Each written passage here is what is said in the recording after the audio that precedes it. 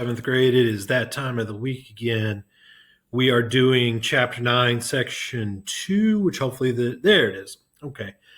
Hopefully everybody is safe and washing their hands, staying away from people.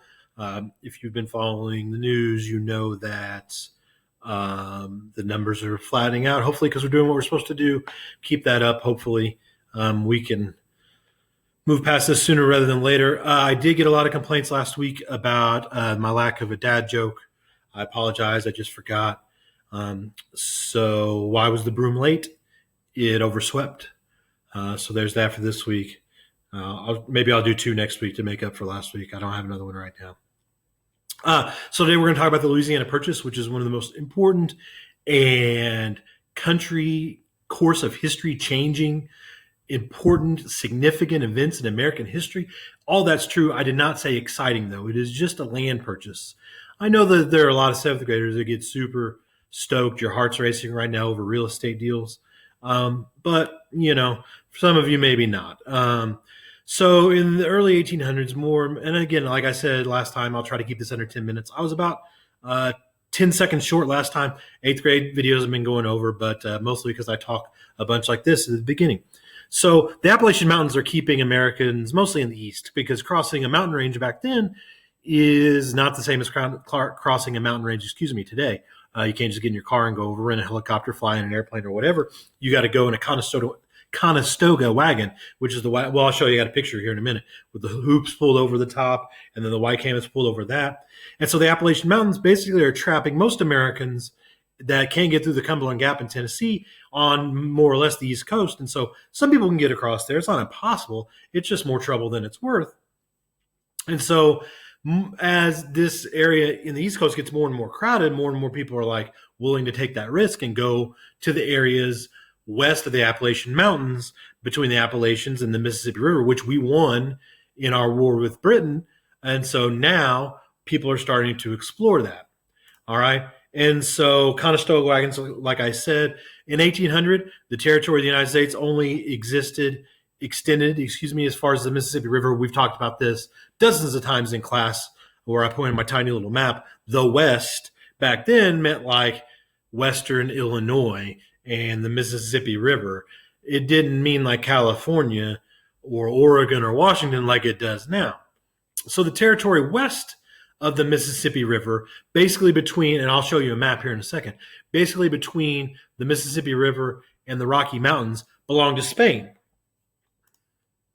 There's a Conestoga wagon. As you can probably figure out, traveling in a Conestoga wagon is not super comfortable. That's a hard wooden bench. A lot of times people would walk beside it because it was more comfortable just to walk the whole way than it. Some of you probably ridden like the Screaming Eagle at Six Flags, that old wooden roller coaster. That takes like a minute or two, and you could hurt your back sitting on that. Imagine, it's not like these roads are smoothly concrete paved or whatever. And so this is like riding just a bumpy on a church pew that's, bumping the whole time for weeks, if not months. And so it's miserably uncomfortable, and you got to pack basically your whole life into the back of that thing.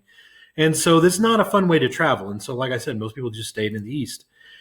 So Spain had basically, for the last decade or two, allowed Americans to use New Orleans to get things into the Gulf of Mexico via boat, and into the Gulf of Mexico to ship out overseas across the Atlantic.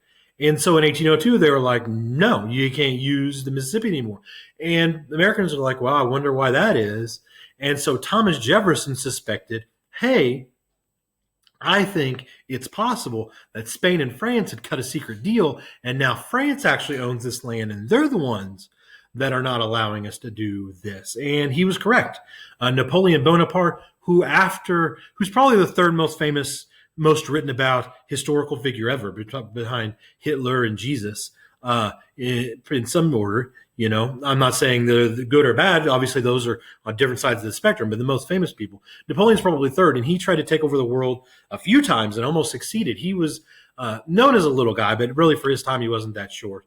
But he was the leader of France, who was conquering pretty much all of Europe. He got captured once, shipped to an island south of Italy, got off the boat there, told the prisoners, I'm your king, built a boat on that island and sailed back and retook France again. And so he was a feisty little guy. but he had his sights set on North America. He was going to come over here and start taking over our land. And so one of the big ways to do that was to buy this big chunk of land from Spain, and he had done so. And now he told us we can't use the port of New Orleans or the Mississippi River at all. And so he then invades what we now call Haiti, but at that time it was called Santo Domingo. And so basically he's going to overtake that small island easily because he has one of the biggest, best armies, militaries, navies in the world. And then he's going to use that as a money-making basically factory because they have sugar cane and they can distill rum and stuff, and then use that as a base to sail here to take over basically what was then, of course, the United States. Still is the United States, but I mean, it just become the United States is my point.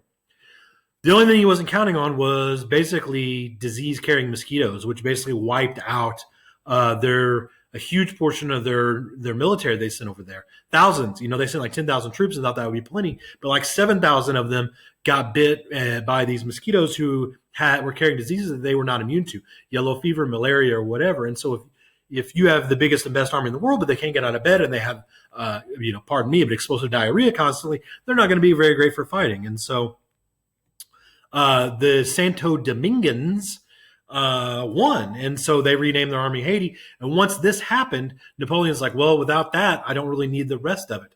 And so he approved selling the Louisiana Territory to us.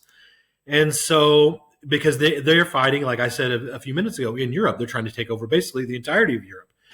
And so Jefferson approved some people to go over to France and negotiate a deal.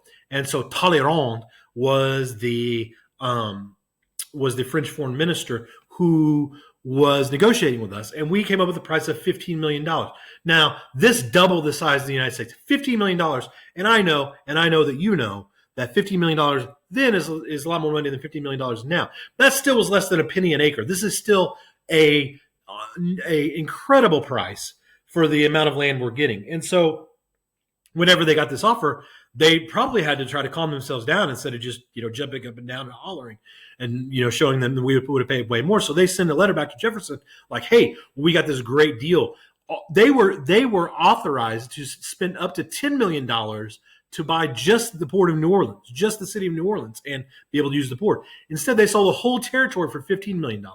And so the Americans that got sent over, they're like, holy crap, this is the best possible deal we could have got. They send word back to Jefferson, and Jefferson's kind of torn.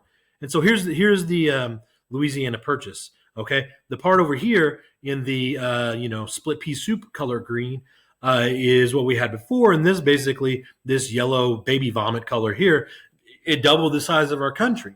Okay, now this part over here we'll get later in Alaska and Hawaii, of course, we'll buy later. But you can see this is a huge stretch of land, a huge tract of land, millions of acres of land, and so this is a deal that's almost too good to be true. Jefferson, however, is torn because remember, his whole thing was strict construction of the Constitution. If it does not say you can do this in the Constitution, then you can't do this. Remember this from last time. A lot of people were like, well, it doesn't say you can't do it. Well, Jefferson was on the other side. He was like, it's got to say specifically that you can do it. And it doesn't say in the Constitution you could buy millions of acres of land from France for $15 million. But it does say a president could make treaties with other countries. And so he finally, after days of consternation and stress, decided like, okay, and he went ahead with the deal. And so this, of course, is one of the greatest accomplishments in our country's history. We doubled the size of our country for pennies on the dollar. And so what's out there? Well, we don't know. And so we hired two people, Lewis and Clark, amateur scientists. They left and they spent a year and a half basically traveling around everywhere they could to see like mountains, streams, caves, the Grand Canyon. What kind of animals are we going to be eaten by bears? Very possibly. There's a lot of bears out there. And so they explored, and of course they became famous explorers. It's not just road. Like exploring was difficult. We've leveled a lot of hills and mountains and forests and stuff to build roads. Back then it was hard to get around. There's not just paths like, hey, here's Pikes Peak this way. Speaking of Pikes Peak, that was discovered back then, Zebulon Pike. You don't see a lot of people named Zebulon anymore, but there are some. That he discovered this mountain, and of course it became one of the most famous mountains in the Rockies. Federalists are upset with the deal, and So I might record another video next week. But anyway, Aaron Burr shoots Alexander Hamilton. They basically were writing. They hated each other, and they were writing letters to each other, um, arguing back and forth. And finally, Burr says, "I challenge you to a duel." And back then, which means you would take paces away from each other and then shoot guns at each other, which people just are like, okay, well, I've got to do that.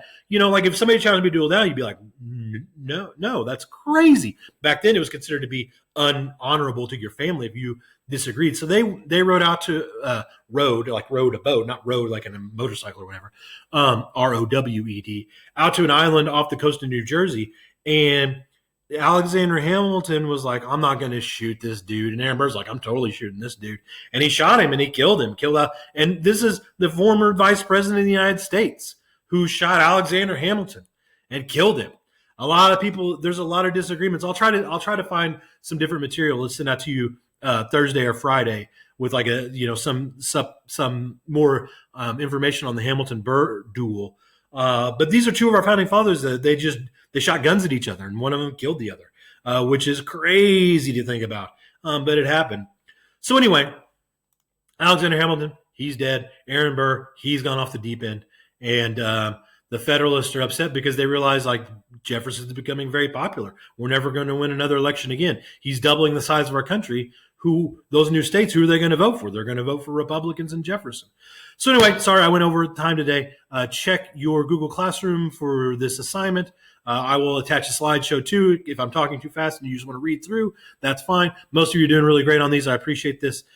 Keep washing your hands. Stay safe, and bye.